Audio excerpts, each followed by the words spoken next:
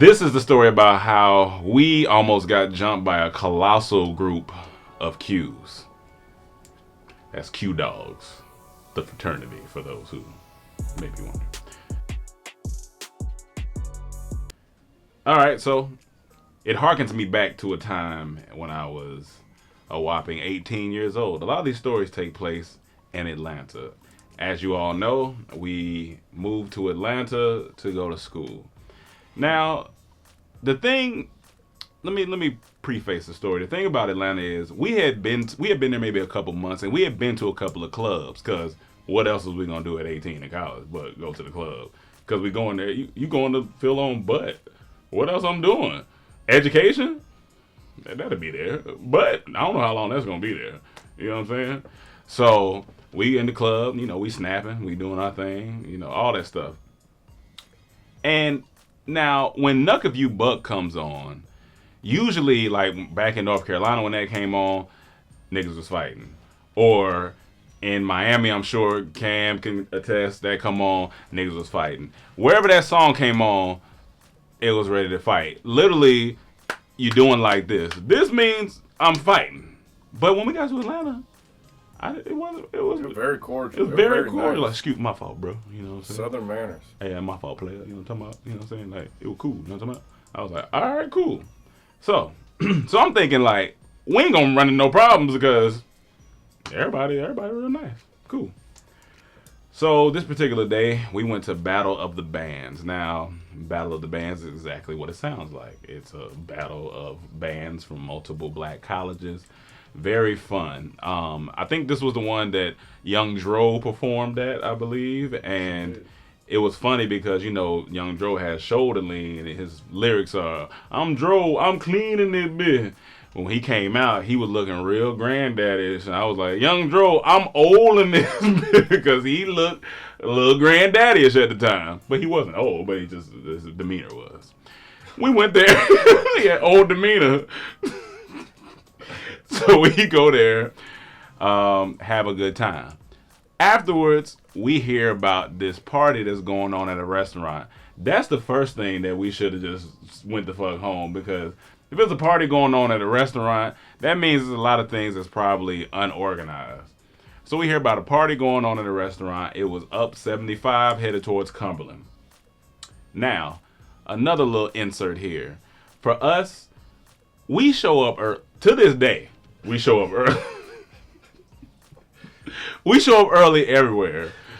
I'm talking about everywhere.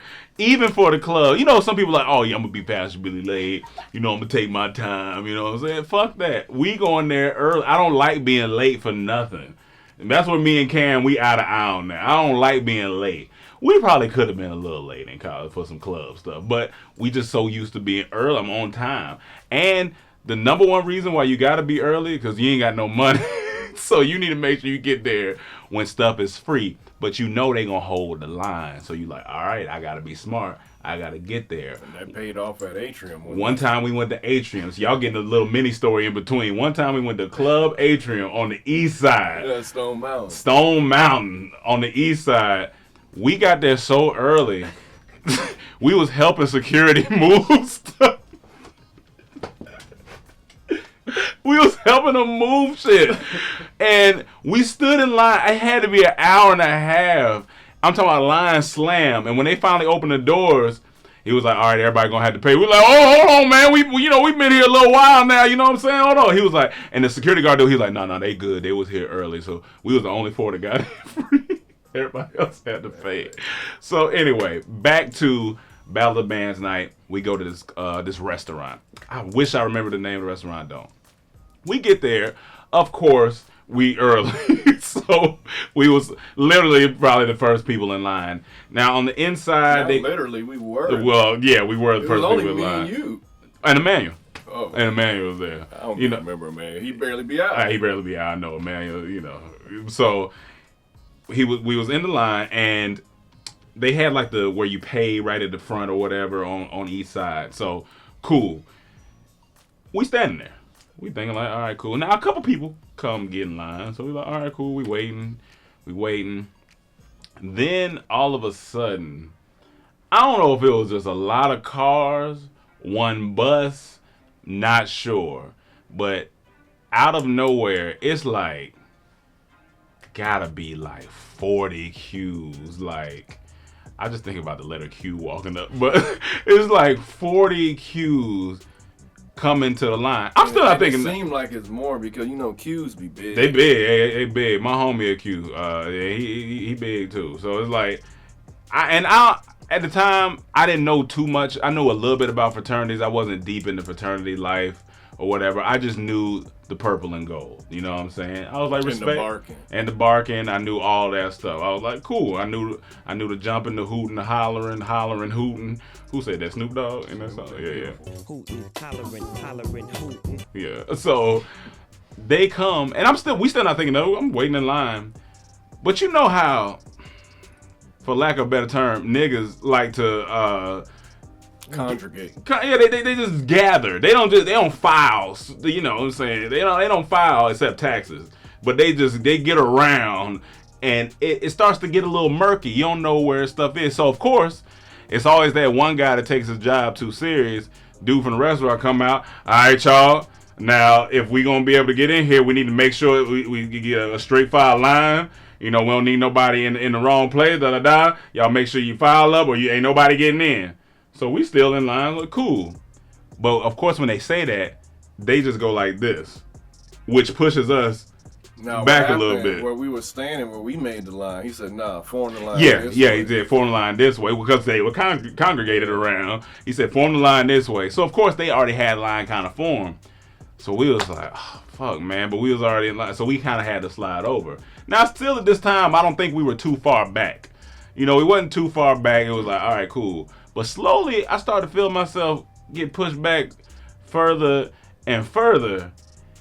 And then the guy in front of me, how can I explain this? The dude in front of me, he keeps stepping on my shoe. And it feels like it's on purpose because it's like, I look smaller than him at the time, you know what I'm saying? He don't want to see me now. You know what I'm saying? I've been doing my thing, so. Rome, you can't fight. Y'all seen the story when I was in the club and I get hit with the ball. You remember that story? Go back and watch it if you need. You were scared. I was fucking scared. So he stepped on my shoe. All right, cool. And you know, you kind of give him a little, hey man, you know, get up a little bit. And he kept stepping back. And then one particular time he did, I was like, hey man, you know, excuse me. And this is all I seen from him. Oh, I shit the light. Sorry about that. All I seen from him was he stepped on my shoe and I was like, excuse me. He goes. And it's disrespectful. You know what I'm saying? Like, the amount of disrespect of you just looking, you ain't gonna say, oh, my fault, fam. Like, you gonna turn and look at me. And so I feel like the tension is building a lot. The tension is building. And I look at Cam, and Cam, you know, I'm gonna give my man his credit. He was like, listen, just let me know if I gotta take off my earring. Yeah, man, that's my biggest fear when I if I got to fight, I don't want to get the earrings ripped out and have a keloid. He said, just let me know if I got to take off my earrings. And I was like, I don't know, man. But it just the tension kept building. They kept backing up. It backed up to the point, I ain't gonna lie, y'all. It backed up to the point where we was like, well, we ain't gonna get in this club. And then it started getting real hectic. So we felt like, you know how you hear it's like people like whispering. Like I feel like they started to whisper because we was honestly the only two there around these queues, and so or three there around these queues, and people they started to whisper and carrying on. So I'm like, I don't like the way it's feeling. We might need to get ready to slide out of here. The point. But what's the because you got real frustrated. You were getting mad. Oh, like, hey, if you decide to do this, you know we only get one punch off. Yeah. We had to have a group meeting because we were like, listen, if we're gonna do this, it's a one and done type of situation. It's two options. Yeah. Get one punch off and prepare to get jumped. Get a punch and run. Get a punch and run. It was probably gonna be get a punch and run. But I was getting frustrated because, like, I felt disrespected. You know what I'm saying? Like, I got here early. I put on my clothes early. I showed up here on time early. And y'all just come in here because you in the city and, you know, people know you and you just going to move me out the way. Granted, y'all big. I get it. You just going to move me out the way. And so I was getting frustrated. And so I think that's what was getting them talking because I was kind of like, buddy, the way he looked at me, I I don't know if I said something smart under my breath or something. I don't know, but I just know he looked at me wrong, and I ain't like it. But you got to come to your senses. Like, that's what you got to come to your senses and be like, all right, we not going to make it out of here okay. We going to be hurt. They got gold boots on. I ain't never been stumped by a boot, and I definitely ain't trying to be stumped by a gold one. Like, it's probably it's a little bit more heavy, too, because whatever they used with the gold on probably made the boot heavy. So I ain't trying to get stumped out by no gold boot, all right? So we was like, you know what? I think we should just get out of here. So we didn't even get to go to the club, and at 18, that hurts, man, because then you got to end up at Waffle House talking about why you ain't at the club, because now we at Waffle House eating sad because we didn't get to go into this party. And it looked like it was going to be some butt in there, which is back to the beginning of the story. I want to dance on butt at 18. That's what I want to dance on butt at 33 if I can. But at 18, I really was like, man, that's what I'm trying to do. But I couldn't. So that's the time we almost got jumped by a colossal group of Qs, and I'm glad we didn't, because it would have been a very, very bad decision.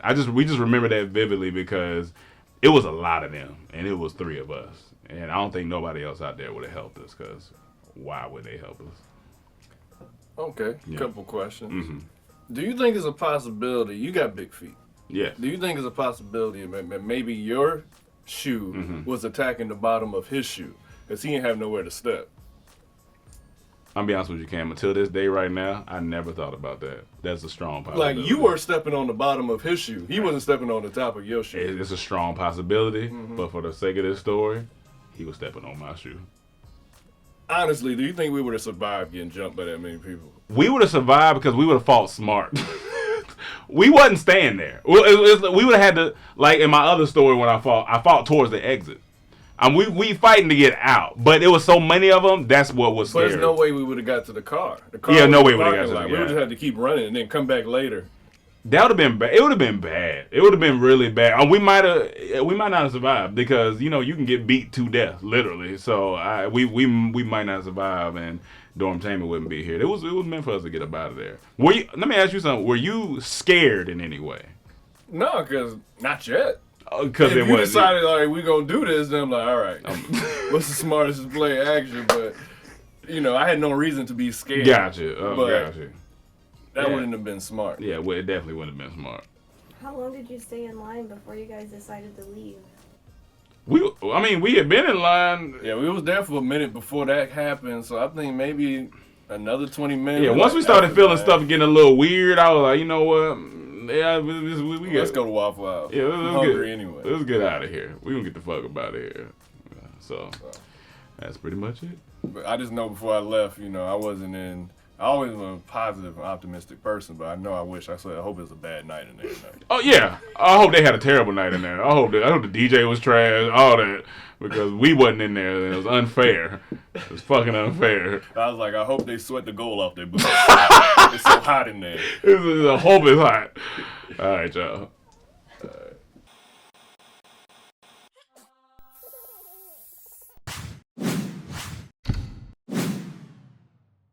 All right, what comes in the box once you get it? All your retainers.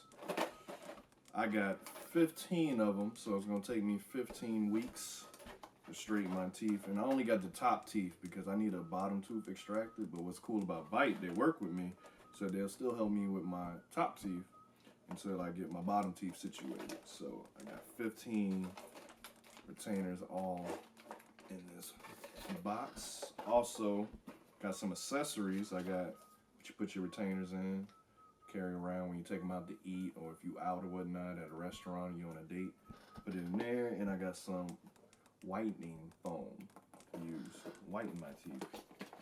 Also, you got the Hyper Bite, which is really cool, which cuts your time in half. If you use it every day, I think it's just for 5 minutes a day, it'll cut your treatment time in half.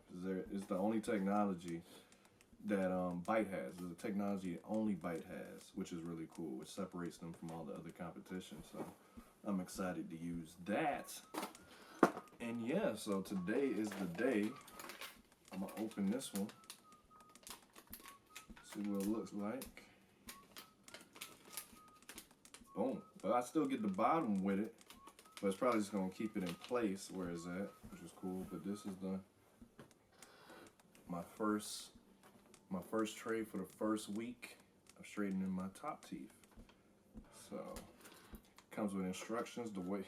Comes with a little sticker that says the wait is over. It is time to bite. I know you can't see it. If it focus, I don't know. This is cool. Let me pop it in, and it fits. Fits perfectly, actually. Yep. And it's comfortable too. But I gotta take it out before I eat or drink anything that's not water. So that's cool. Let me put this in the tray. So if y'all want to start on this journey, just use my code DIDNT. So this is the time that Child Protective Services came to my house. Scary situation. Definitely for the child.